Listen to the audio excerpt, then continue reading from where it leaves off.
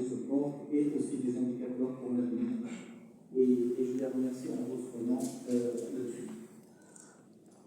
Sans trop tarder, je passe la parole à C. Hassan pour la suite et je souhaite un excellent débat et un excellent discours. Merci Najib.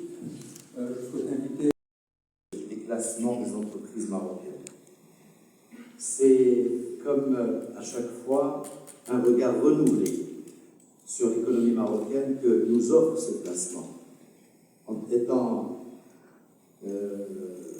universitaire, j'ai plus l'habitude de parler de classement d'université basé sur un certain nombre de critères, mais aujourd'hui, ce classement est une véritable idée sur le comportement de l'entreprise marocaine, mais également sur l'économie nationale. Je voudrais également saluer les équipes de l'économie entreprise, de Compass Maroc, qui font des années durant un travail de synthèse et de pédagogie remarquable.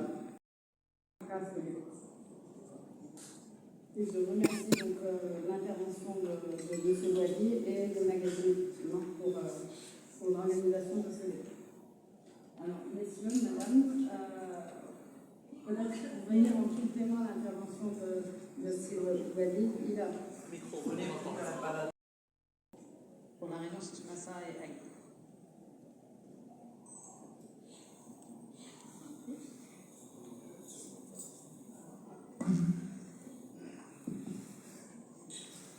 Bonjour tout le monde, Monsieur le Wadi, Monsieur le Président de la région, Monsieur le Président de la Chambre de commerce, Monsieur le Président de la Chambre de pêche maritime, Monsieur le député, Mesdames, Messieurs, Monsieur le directeur.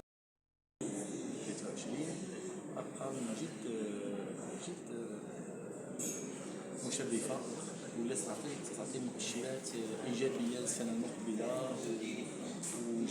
من حيث جميع القطاعات الاقتصادية في البلاد ديالنا.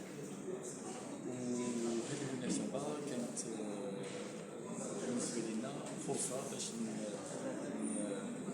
نقدموا بعض الشركات في المنطقة ديال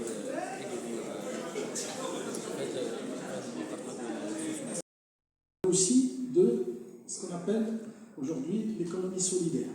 Quand on voit sur le littoral le nombre de coopératives de pêcheurs, de pêche artisanale, de coopératives de femmes dans les moules, et beaucoup de choses qui est liée à cette économie bleue.